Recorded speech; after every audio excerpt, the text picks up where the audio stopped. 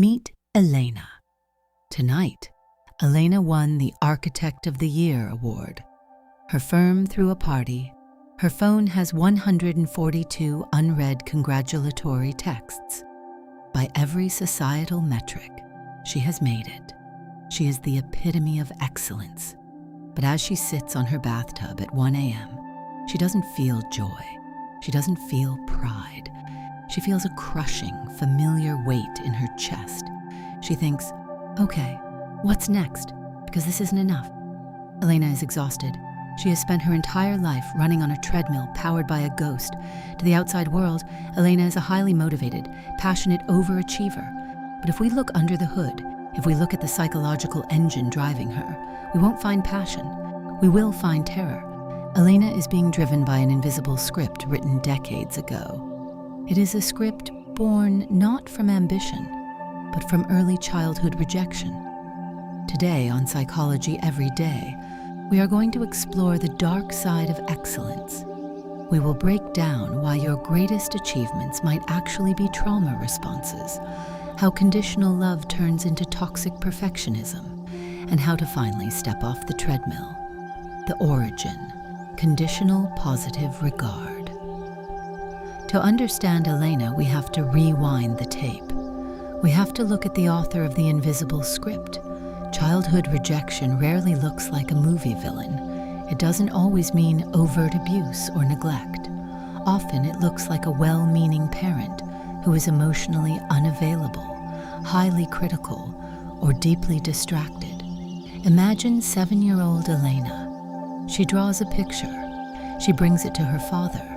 He is busy looking at his phone, mutters, "That's nice," and doesn't look up. But the next week, Elena brings home a report card with straight A's. Suddenly, her father puts the phone down. He smiles. He puts the report card on the fridge. He calls her grandmother to brag. In that moment, a psychological concept called Conditional Positive Regard takes root. Elena's developing brain makes a catastrophic calculation. I am not inherently lovable just for existing. I am only visible, safe, and worthy of love when I produce exceptional results. The rejection isn't that she was hated.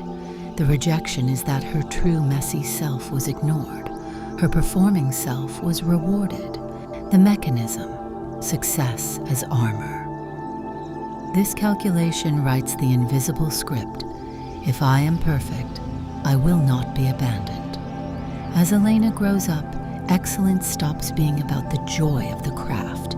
It becomes a defense mechanism. It becomes armor. Psychologists call this compensatory behavior. When you feel a deep, internal deficit, a core belief that you are defective or unwanted, you overcompensate by building a massive, shiny, external resume to hide the deficit from the world. If you are the smartest person in the room, they can't fire you. If you have the cleanest house, your mother-in-law can't criticize you. If you win the award, they have to clap for you. But here's the tragedy of using success as armor. Armor is incredibly heavy. Elena's perfectionism isn't driven by a desire to be great. It is driven by an intense, biological fear of being criticized, because to her inner child, criticism equals rejection, and rejection equals death. Let's pause here. Does any of this sound painfully familiar? If you have ever felt like an imposter in your own successful life, you are not alone. It is a terrifying realization that your engine is fueled by anxiety. If you want to keep unpacking these hidden scripts, hit that subscribe button.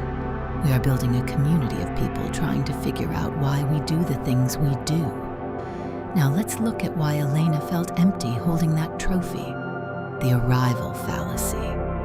Why didn't the Architect of the Year award fix Elena? Because of the arrival fallacy. This is the illusion that once you reach a certain destination, you will finally feel happy and complete. But the invisible script is a rigged game.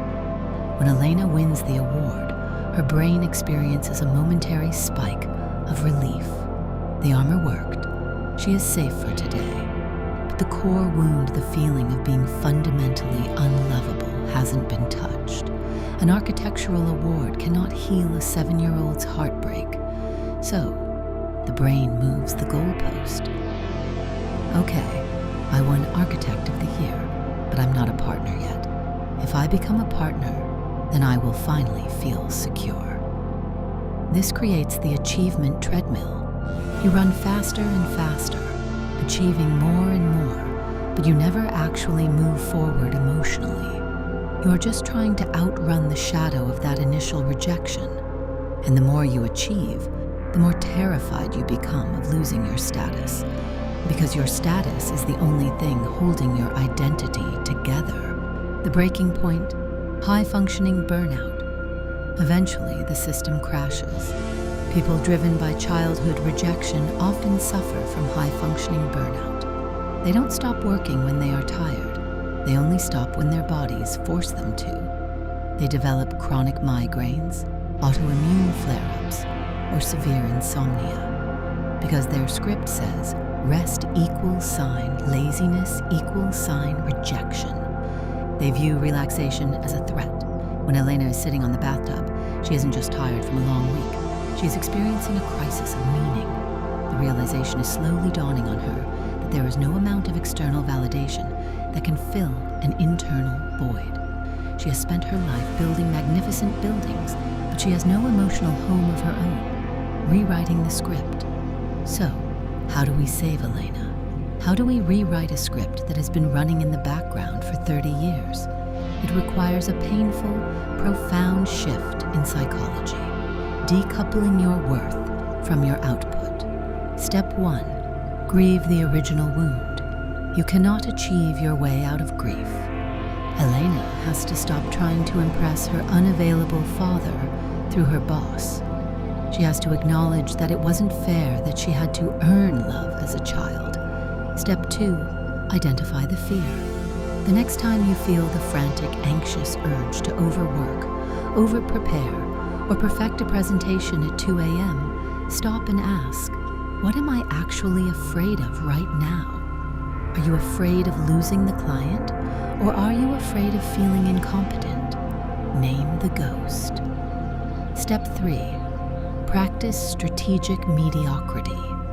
This sounds terrifying to an overachiever. You have to practice doing something just okay. Send an email with a typo, leave a dish in the sink, do a hobby that you are terrible at, and do not try to monetize it. You have to prove to your nervous system that you can be imperfect and the world will not end. You will not be abandoned. Excellence is a beautiful thing when it is driven by passion. When you build something because you love the process, it gives you energy. But when excellence is driven by the fear of rejection, it drains your soul. You do not have to perform to be worthy of taking up space on this planet. Your resume is not your ransom note. You are allowed to just be. I want you to think about your own life. Are you running towards something you love? Or are you running away from a feeling of not being enough? If this story sounded a little too much like your own, I want to invite you to do something radical today. Leave a comment below about something you are inherently proud of that has nothing to do with your job or your achievements. If this video helped you see your own invisible script, hit that like button and subscribe to Psychology Every Day.